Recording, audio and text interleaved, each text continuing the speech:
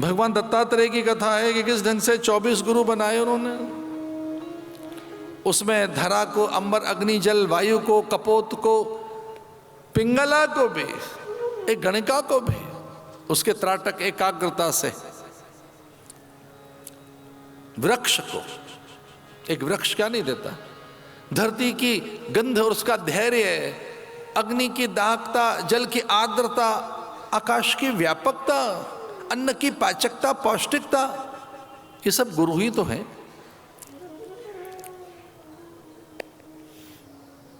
और तो और जिसने कुमारी को, दुल्हन को गुरु बना लिया कि देखो कुछ एक पल में ही अपना सब छोड़ आई है, एक पल के अंदर ही।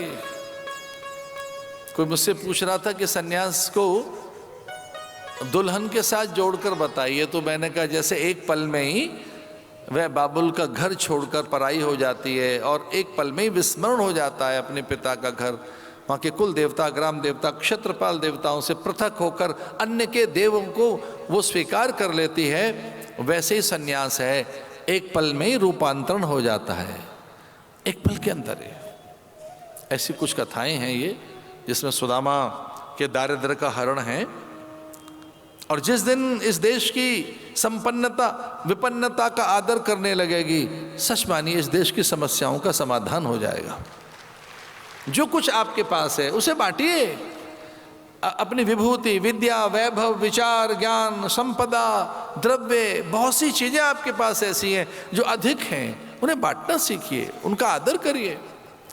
उन्हें आप पहन नहीं पाओगे, इतने तो वस्त्र हैं, इतने आभूषण हैं, बांटिए उन्हें। जो उपेक्षित हैं, अभावग्रसित हैं, पीड़ित हैं, अथवा जिनके पास बहुत अल्प है, उनका वहाँ जाकर उन्हें बांटिए और उनका आदर करो पदार्थों का। आपके अपने ही पदार्थों को आप आदर दे सकते हैं। तो कुछ ऐसी ये कथाएं हैं। परीक्षित को अंत में भगवान ने कथा सुनाई, वो कुछ एक इस प्रकार का श्लोक है महात्मा का अंतिम, श्री कृष्ण प्राप्तिकरम शाश्वत, श्री कृष्ण प्राप्तिकरम शाश्वत प्रेमानंद फलप्रदम श्रीमद् भागवत शास्त्रम कलौ कीरेण भाषितम।